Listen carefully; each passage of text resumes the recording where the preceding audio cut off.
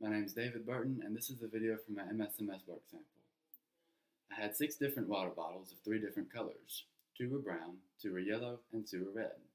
And it got me wondering, does the color of the plastic of the water bottle affect the strength of the bottle? I didn't really have any good way to test this, and so to test the tensile strength of the plastic, I decided to create pressure inside of the bottle using vinegar and baking soda in different amounts to see which bottle would expand the most under pressure.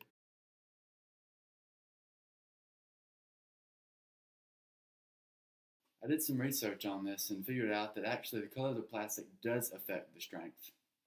Multiple plastic engineering companies and even a 3D printing forum acknowledged that the color had effects on the physical properties of the plastic, and one of them actually gave specific details about what the effects were. I used this information to formulate my hypothesis, and it was that the brown bottle, which was I would consider the most natural color, was most likely to be the strongest. The red would be the second strongest, and the yellow would be the weakest.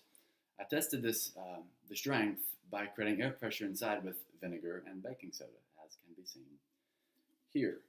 Now obviously, to test the pressure, this wouldn't work. It's creating bubbles, the gas is escaping through the lid. But in the bottles that I used for my test, I actually capped them off, and it created a seal and allowed the pressure to build inside the bottle.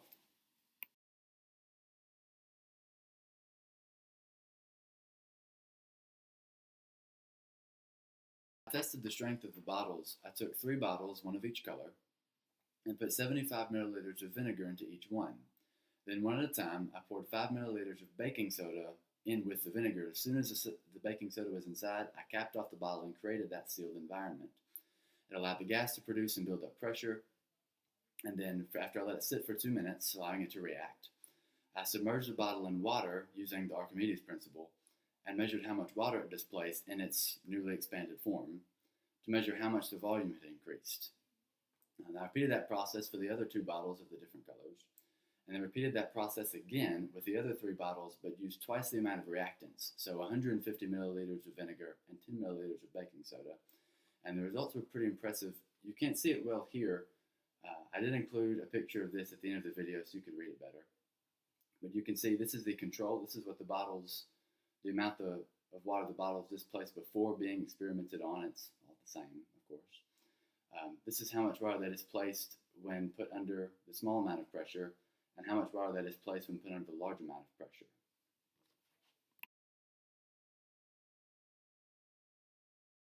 Now, the data from the first round of testing came back largely inconclusive, and I figured this was mostly due to human error, just because it's difficult to get the baking soda in and screw the cap on, and some of the gas escapes sometimes. So I retested on quite a few of the bottles, actually, and when I did, the results came back looking pretty legitimate. So I plotted them, I made a table, made a graph, and I drew a conclusion from this that the brown bottle, like I had predicted, was the strongest of the 3. It had expanded the least under both amounts of gas. But contrary to my hypothesis, the yellow bottle was actually the second strongest. It expanded just slightly more than the brown bottle. And the red bottle was the weakest. It expanded a lot, in some cases over 100 milliliters in volume. So I learned that the pigmentation of a bottle actually does affect its strength. It does affect its elasticity. And that's about it. So thank you for watching. Thank you for considering the application, and I'll hope to see you soon.